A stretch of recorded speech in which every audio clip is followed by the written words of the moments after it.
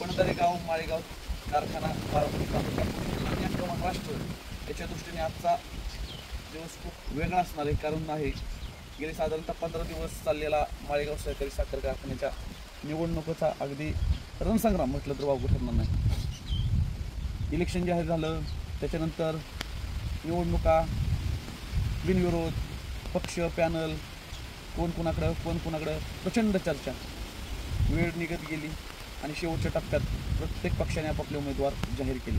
त्यात प्रामुख्याने 4 पॅनल झाले.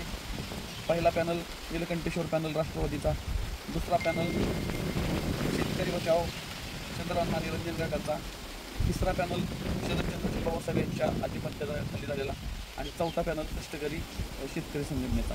4 पॅनल झाले. प्रत्येक गटात उमेदवार प्रचंड झाले. प्रत्येकाने मायक्रो प्लॅनिंग केलं. अजितदादांच्या बाबतीत बोलायचं झालं तर त्यांनी इतकं सूक्ष्म पद्धतीने त्यावरती काम केलं. अजितदादांची खासियतच आहे की प्रत्येक इलेक्शन ते सूक्ष्म पद्धतीने त्याचं नियोजन करतात. खूप घडामोडी झाल्या. तिकीट मिळालं, कट झालं, परंतु अखेर प्रत्येक पॅनलमधून तिकीटं मिळाली आणि प्रत्येकाने आपापल्या प्रचाराचं काम केलं.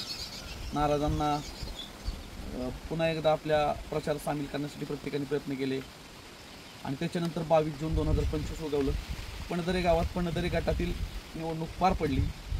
पहिल्यांदाच असा अनुभव मिळतं की माळेगाव सहकारी साखर कारखान्याच्या निवडणुकीच्या मतदानाच्या वेळेस पूर्ण पणदरे पंचकृषी, अगदी डाकाळं, सोनकसवाडीपासून पूर्णेवाडी, इकडं अंबिकानगर, दुमाळवाडी, पूर्ण पणदरे गावाचं जुनं गाव एकत्र मतदानासाठी येतं.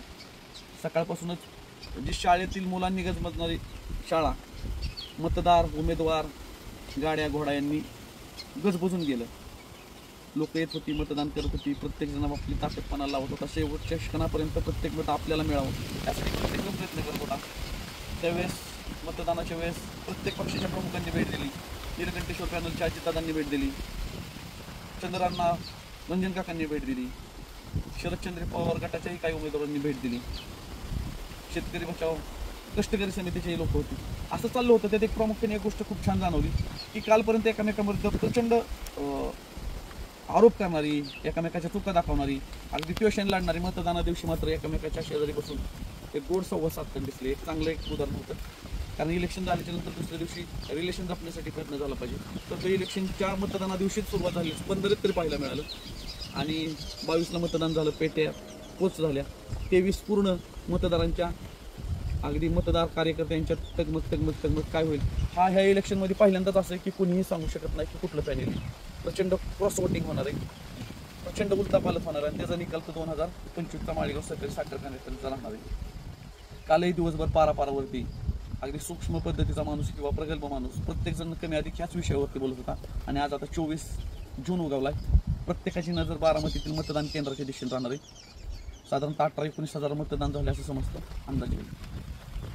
त्यातील पूर्ण पेट्या खोलणं, उमेदवारांची संख्या असल्यामुळं कागदांची संख्या जास्त, ती विघटन करणं आणि मतमोजणी, त्याच्यासाठी कोण म्हणतंय 12 तास, 24 तास, 48 तास लागेल निकाल यायला. त्या ठिकाणी मतमोजणीला असणाऱ्या म्हणजे प्रतिनिधींचा कस लागणार आहे की तुम्हाला 24 तास, 48 तास त्या ठिकाणी थांबावं लागणार आहे. गावातून प्रत्येकजण अपडेट घेत राहणार आहे. NDTVचे राहुल कुलकर्णी तर इथं बसतानाच मांडलंय. प्रत्येकाचा सारांश ते टीव्हीच्या माध्यमातून मांडतायत. असं वेगवेगळ्या पद्धतीने माळेगाव सहकारी साखर कारखान्याची निवडणूक झालेली आहे. आज निकाल येणार आहे. काय निकाल येणार आहे तो पेटीत घ्या, परंतु सगळ्यांना उत्सुकता आहे. तशीच आम्हालाही, आम्ही जरी झाडांबरोबर असलो तरी आम्हालाही त्याची उत्सुकता आहे.